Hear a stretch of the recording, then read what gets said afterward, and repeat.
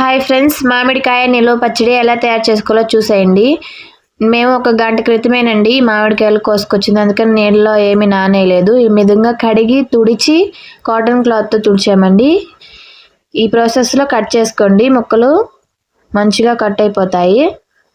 మాకు నచ్చిన షేప్లో ఈ విధంగా మీడియం సైజులో కట్ చేసుకున్నాం. మీకు నచ్చిన షేప్లో కట్ చేసుకోండి. కాయలు కట్ చేసిన తర్వాత తెల్లటి పొరలాగా వస్తుందండి, ఆ లేయర్ కూడా తీసేయండి. ఈ విధంగా ఈ కాయల రకం అయితే పెద్ద రసాలు, మేమైతే పోయిన సంవత్సరం జలాలు యూజ్ చేసాం. మీకు చూపించటం కోసం నేను కోసానండి కత్తిపీటతో. నాకు కత్తిపీటతో కోయడం సరిగ్గా రాదు, అందుకని చాక్ పెట్టి కోసాను. మా ఆయనకి ఇచ్చాను కత్తిపీట. మా ఇంట్లో అందరం కలిసి కోసి తెల్లటి పొర తీసాం. నాకైతే ఇవి 10 సోలలు అయ్యాయండి నిండుగా.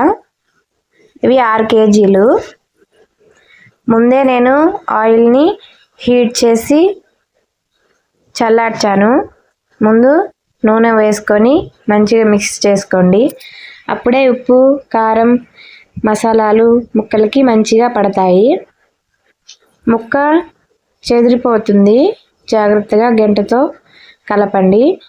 6 కేజీల కాయలని చెప్పాను కదా, ఒక్కొక్క కేజీకి ఒక్కొక్క స్పూన్తులు అంటే 6 స్పూన్ల మెంతులు వేసుకోండి. కళాయిలో దూరగా వేగిన తర్వాత మళ్ళీ సేమ్ క్వాంటిటీలో 6 స్పూన్లు జీలకర్ర వేసుకొని వేగిన తర్వాత చల్లార్చి మిక్సీ పట్టి పొడి వేస్తున్నానండి. 50 గ్రాముల ఆవాలు సరిపోతాయండి పచ్చడికి. మీరు కావాలంటే కొంచెం ఎక్కువ తీసుకోవచ్చు, మరీ ఎక్కువ తీసుకోవద్దండి, పచ్చడి చేదెక్కుతుంది. చూసుకొని వేసుకోండి. ఈ పొడి కూడా సేమ్ అలానే వేయించి చల్లార్చి మిక్సీ పట్టి వేసాను. మంచిగా మిక్స్ చేసుకోండి. ఏ పచ్చడి అయినా సరే ఎండలకి ఎక్కువగా తినకండి, పొట్టలో మంట, గ్యాస్ వస్తాయి. అలానే పచ్చడి కొంతమంది ప్లాస్టిక్ డబ్బాల్లో స్టోర్ చేస్తున్నారు, అలా హెల్త్కి మంచిది కాదండి. గాజు సీసాలో కానీ జాడీల్లో కానీ స్టోర్ చేసుకోండి.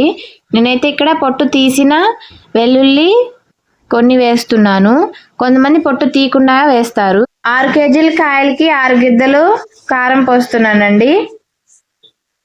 గ్లాస్ సహాయంతో 6 గ్లాసులు.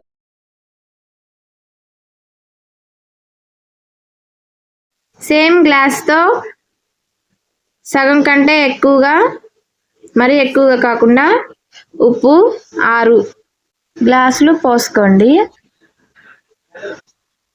మంచిగా అబ్జర్వ్ చేయండి వీడియో. ఏమైనా కొంచెం తేడా అయినా కానీ పచ్చడి తేడా పడుద్ది, మొత్తం పాడైపోతుంది. మంచిగా కలుపుకోండి.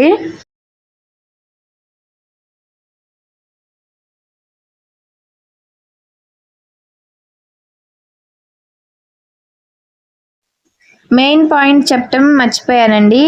ఈ పచ్చడి కోసం మెయిన్ మనం శనగ నూనె మాత్రమే వాడాలి, పల్లి ఆయిల్. ముందుగా మనం కొన్ని వెల్లుల్లిపాయలు వేసుకున్నాం కదా, కొన్ని ఆయిల్లో దంచి వేసానండి.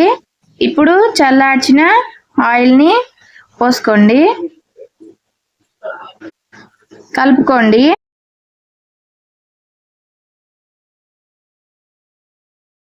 ఆయిల్ ఫాస్ట్గా చల్లారుతుందని నేను విడివిడిగా చల్లార్చానండి. ఆ ఆయిల్ కూడా పోస్తున్నానండి. ఆయిల్ సుమారు 1 కేజీన్నర సరిపోతుందండి. మంచిగా కింద నుంచి పైకి కలుపుకోండి.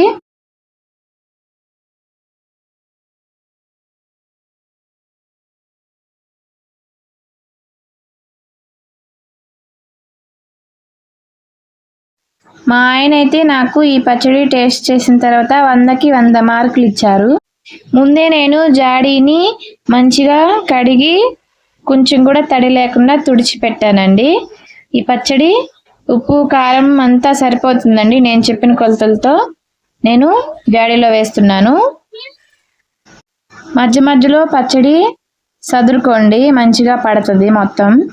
మూత పెట్టుకొని ఒక క్లాత్ జాడీ పైన కప్పుకోండి. Thank you for watching.